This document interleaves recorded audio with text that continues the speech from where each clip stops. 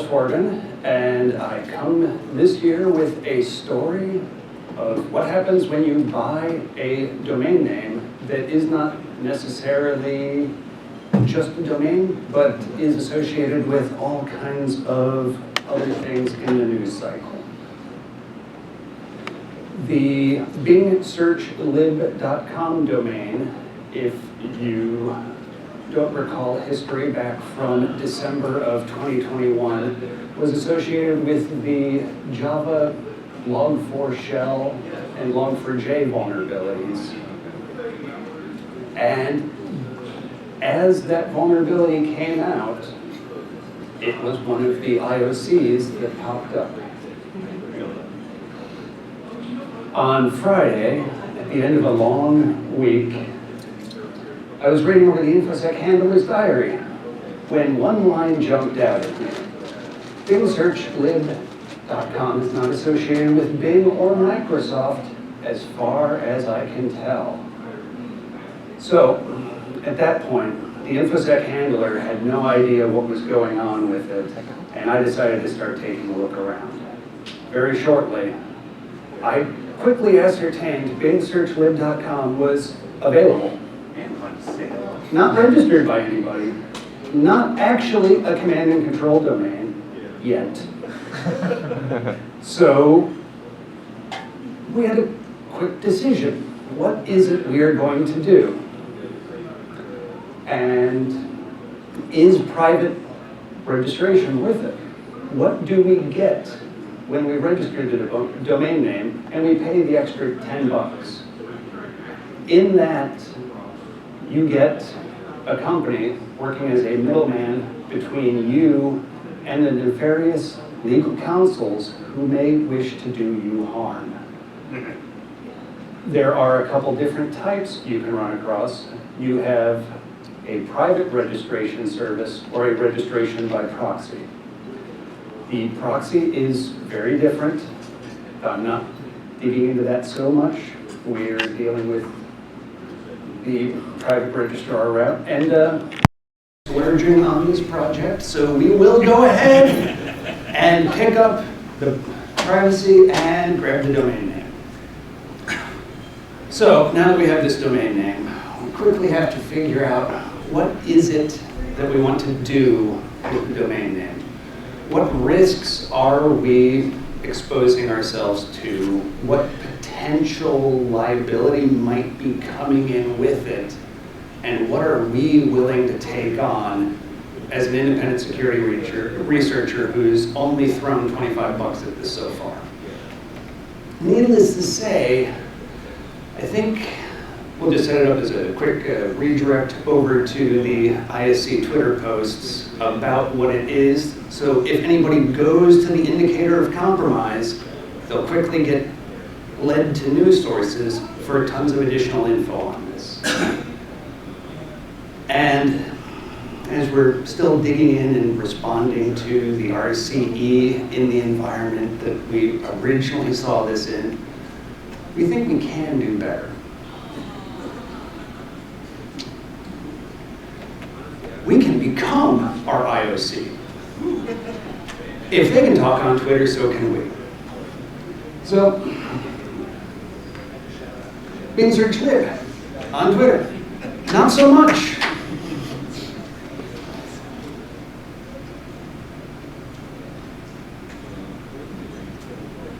And after a bit of back and forth with Beeping Computer, we can actually get additional news and context of what the IOC and the domain is out into the public to help other incident handlers work through this and gain additional context of what it is. Needless to say, come out, explain it wasn't registered when we saw it. We registered it to keep bad people from doing stuff. We're not logging anything. Have a good day. Although, in short order, your registrar will reach out to you. Very automated message, but this isn't that big of a problem. We read through the terms of service when we registered that domain name. So in our response, we'll come in and point out that the only thing we are running through is pointing to the Twitter section and exemplify how we are sharing and spreading the word of it, and that it is not malicious, not being used for anything, and their complaint has no grounds. Surprisingly enough, that quickly worked with the registrar. A real human. Real human. They actually responded, and in short order, we did have a couple more back and forth conversations. But we've dealt with the registrar. We know somebody's upset.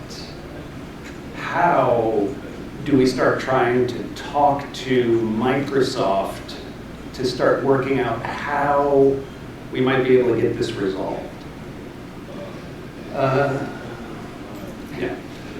They have more money and resources than I, as an individual researcher, do, so they could set up DNS logging around stuff to see who the vulnerable parties are, possibly catch the payloads and look at them to observe how the proof of concept attacks might actually be working. If they could work it, if they knew about it. Somebody knew something because they filed a registrar complaint. But Microsoft support, Microsoft Security Research Center, Microsoft Threat Intelligence Center, there are many different aspects of the Microsoft Corporation, and we have to pick somewhere to start. We'll do both.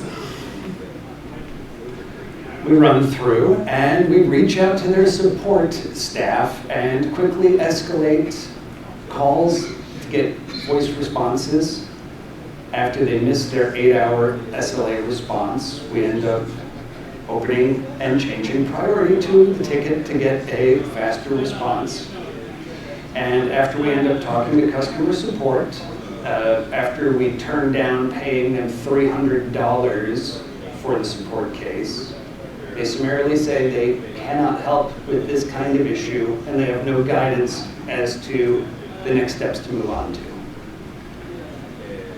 When we tried the Microsoft Security Research Center, we were also informed that this is not the type of thing that the Research Center can help with. But have a good day. On Monday, we go into the office. We have one last channel to try that we had not yet thought of. We reached out to the sales guy for Microsoft and quickly got a response. And quickly got a Teams meeting set up by the end of the week.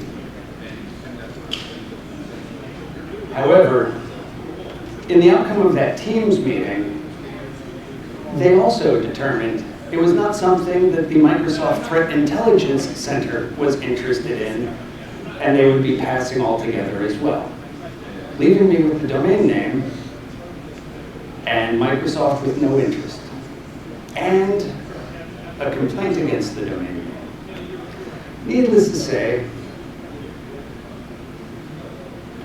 at this point, Microsoft's written us off, and we can take our idea and start soliciting around for other security companies who have resources and money that may wish to do something with this. Nobody really was interested. It's kind of a weird situation. As I was working through that, you get an email.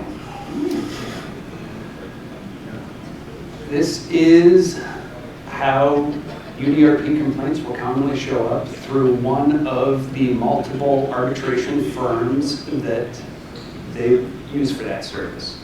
You might be wondering, what is UDRP?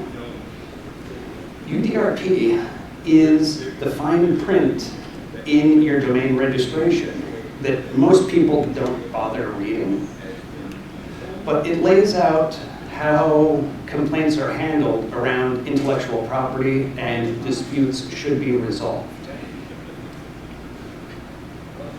All kinds of fun stuff. Needless to say, It's a system with rules. We love systems. If we dig in to the complaint against our domain, it's not really that many elements. We have an allegation that, let's see here, our domain name is similar or confusing. I guess having Bing in it is enough to make them mad or make it similar. Your domain name, comes in two separate ways. Also, no rights or interest. So supposedly I have zero legal right to use Bing anywhere, supposedly.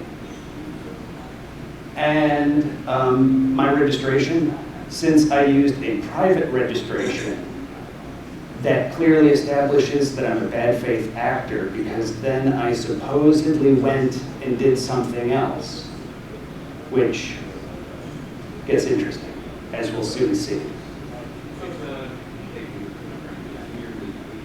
Needless to say, when you dig into the UDRP rules and policy, it is not that long of a system to dig into. It's probably only about 60 pages for both the rules and the policy. When you read through it, it has individual gems that will guide you through the process, such as laying out what is considered during your response to allegations of not having intellectual property rights or use of mark. And in there, we can find, let's see, where did that come from? Yes. Demonstrating legitimate rights. We get introduced to fair use. Nowhere once have they yet thought of it in the complaint. But we get introduced to it as a potential argument for how we can use the mark. With the audience here, I assume we have a pretty good understanding of fair use, but for those that don't, if we're not doing commercially stuff with it, we can use parts of it to help drive society. All kinds of examples for how you see it, such as what's the effect upon the market? Is it for commercial use? Are we making money from it?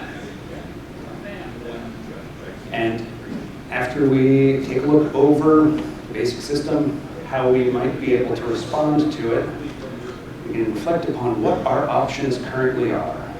We can just give the domain name to Microsoft's counsel, let them win the UDRP, and hope they're done and happy and don't start a case or a lawsuit about it, because that lawsuit is always hanging in the background if they're not happy with what they get out of the UDRP process. Or we can think we have a fair use case, come up with the $4,000 for the arbitration panel, and argue our case and potentially secure the fair use rights of Bing Search Lib. And in our argument, we would also be doing some other fun stuff. But is the $4,000 just simply the cost of appearing, or do you get representation from the mediation broker? the $4,000 is just to empanel the board with the arbiter. If you would like counsel, you need to bring it yourself. So after we have what are potential routes forward, we need to sit down and ask ourselves, what are we looking to happen? What do we want out of this? And personally, I'd like to remove the threat of doxing my information and unwinding the situation to not cause me harm. I've been working with a small group in Microsoft that was separate from the complaint side. So we'll kick an email out to that Microsoft working group and see what we can do. This is nice, as if I don't have better things to do with my time. Deadline to respond. You get 30 days after you get the notice, and you have to elect a course of action to take. But this is where we start running across all kinds of craziness. So let's see here. My domain is reported to be downloading new and very dangerous malware to computers. All kinds of craziness in the allegation. It's as if a straw man for all of log4shell, log4j gets grouped together and attributed to my fair use of a domain name. And we point out that this is getting to be quite a story, and we ask them to stop. From the complaint, we also get a unique inside view into the operation in Microsoft land. In the exhibits, their legal counsel exemplified what bingsearchlib.com was. This is the artifact of what the website is according to their legal counsel. That's hard. What's really rough is at this time, I had elected and I disputed the smart screen finding. I still have not yet heard anything from that smart screen dispute.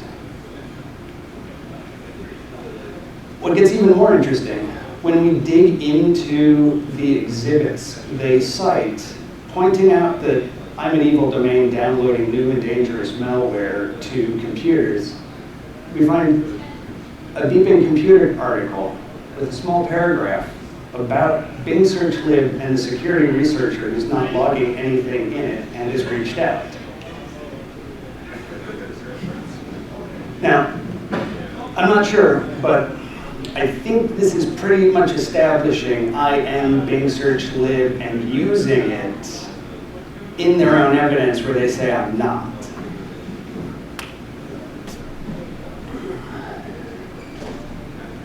Over the coming days, Microsoft returns with this desire for the domain name, but as that other party started UDRP, first step is the registrar locks the domain. Can't have your potentially nefarious thing being transferred out to a new registrar and the whole process starting all over again. But working through with the Microsoft text, we try to update the DNS servers to a black hole, and it just doesn't work. Lock status.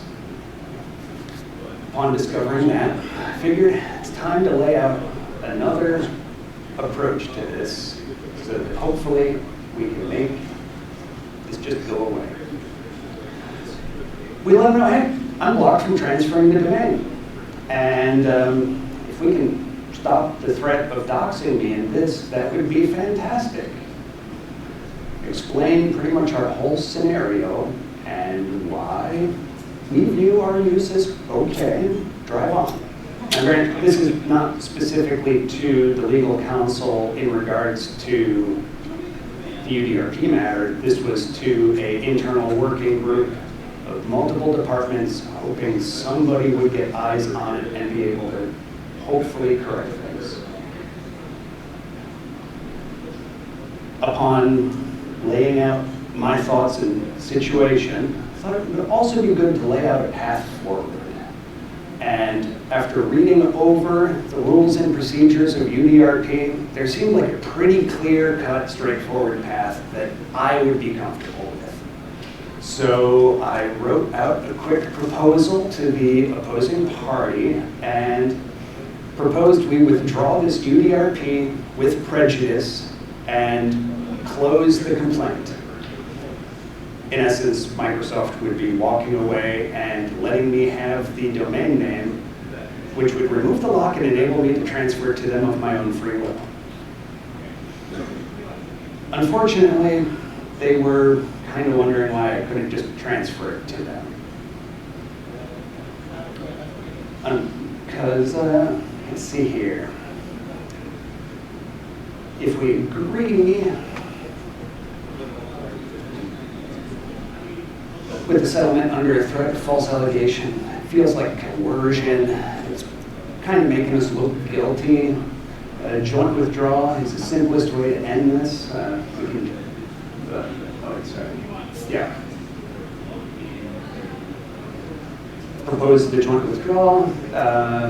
It would also drive up costs going down that route, as I'm interacting with a party who has not necessarily been the most straightforward. I think it's time to find good legal counsel. So it's off tonight.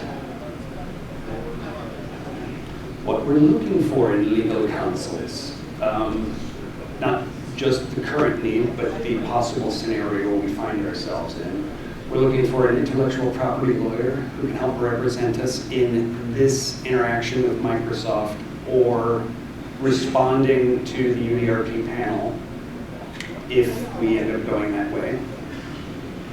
We're open to giving Microsoft the domain name, but we need the allegations to not go into the official record doxing all of my info. That would be very uncool. Reach out, social network. Luckily, I found one that was willing to take the crazy arrangement.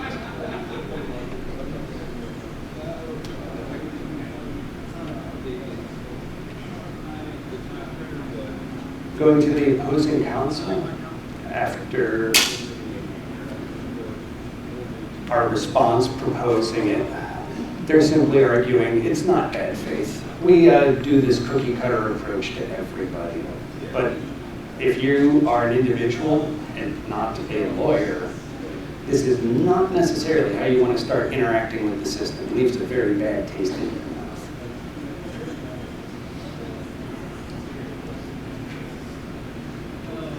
Let's see. Yeah. Luckily, my IP lawyer, I got them to be contingent upon settlement, and that worked out very well.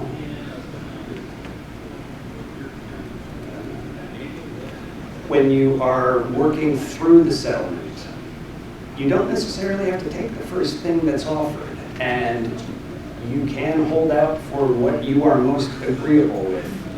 The first settlement that came across required maximum discretion, which would most certainly make it so I couldn't come up and talk about it. But that I personally took issue with, and we went back and forth with some. Such as looking over 17, not a fan of making myself not talk about something, more about keeping my private info out of the record, trying more for Chatham House rules, if we're familiar with those. And if we're going to say anything, we would say the pretty much redacted complaint version where it just had Bing search live in the registrar, not the fully doxed version.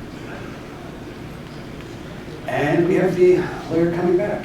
After some quick responses, we reword it, and I'm no longer bound to absolute secrecy about things and am freely able to discuss most things that I wish. However, even after you do have a meeting of the minds and you think you're all set, you can occasionally have lawyers stick their fingers in and continue to try to mess with things even after agreements have been mailed out. Case in point, I had a lawyer decide at the very last minute they wanted to add or any Microsoft trademark in the future to the tag end of it.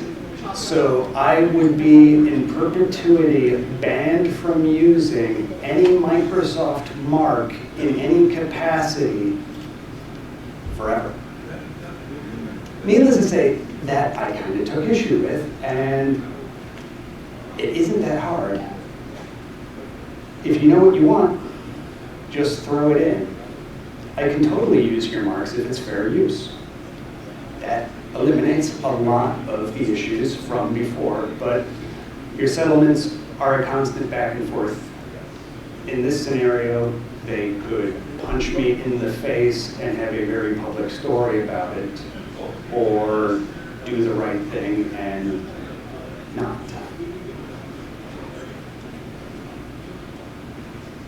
In the end, We reached a settlement. The domain name was transferred. Lawyers were compensated for the services, and convention talk ideas sprung to life. Any aspects anyone has questions on? Yes? I think it's hilarious that we met outside and had that conversation, given the content of your tone. Having listened to it now, it really sounds, to some extent, this is a free speech. I guess my question is, did you ever try to navigate the anti-SLAPP legislation avenue, or if you did navigate and try to go through that process, do you feel like anti-SLAPP legislation let you down in this case? So I ran across a little bit of that while I was busy barracksing, lawyering all over the place, all of December and January of that year. Can you repeat the question? Yes. Did we observe any use of SLAPP for countering the actions of Microsoft throughout this scenario? No, the SLAPP would mostly come in during like getting sued or that side of the house, not really a internal rules and policy within the UDRP and registrar process of domain names. If UDRP went sideways and they got pissy about it and they tried to sue for it and kept coming back, I believe that's when that would start entering the equation.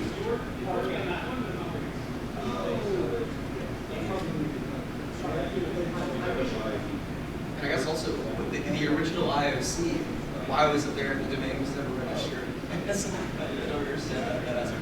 What was it being utilized for? The original IOC, that was getting observed in the logs on systems and in the web requests coming out in the JNDI request calls from Log4j during that vulnerability window. However, it wasn't just the ND for Even criminals run out of money and couldn't afford the $25. It's hard on you. It's hard. I'm really not sure why it was getting used in the callbacks. I spent some time trying to search for the string back when I was trying to register it. I could not find it out in much documentation or GitHub repos or much of anything. Don't attribute to malice that which can be explained by simple intelligence. I guess because Log4j, could be utilized for full RC on the system, were they like editing the etc host file to be like, here's an IP address to put that. Possibly. I was never on any of those systems to be able to take a look.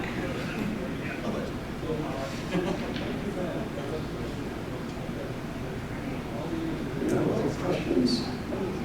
Dang, then I talked too quick.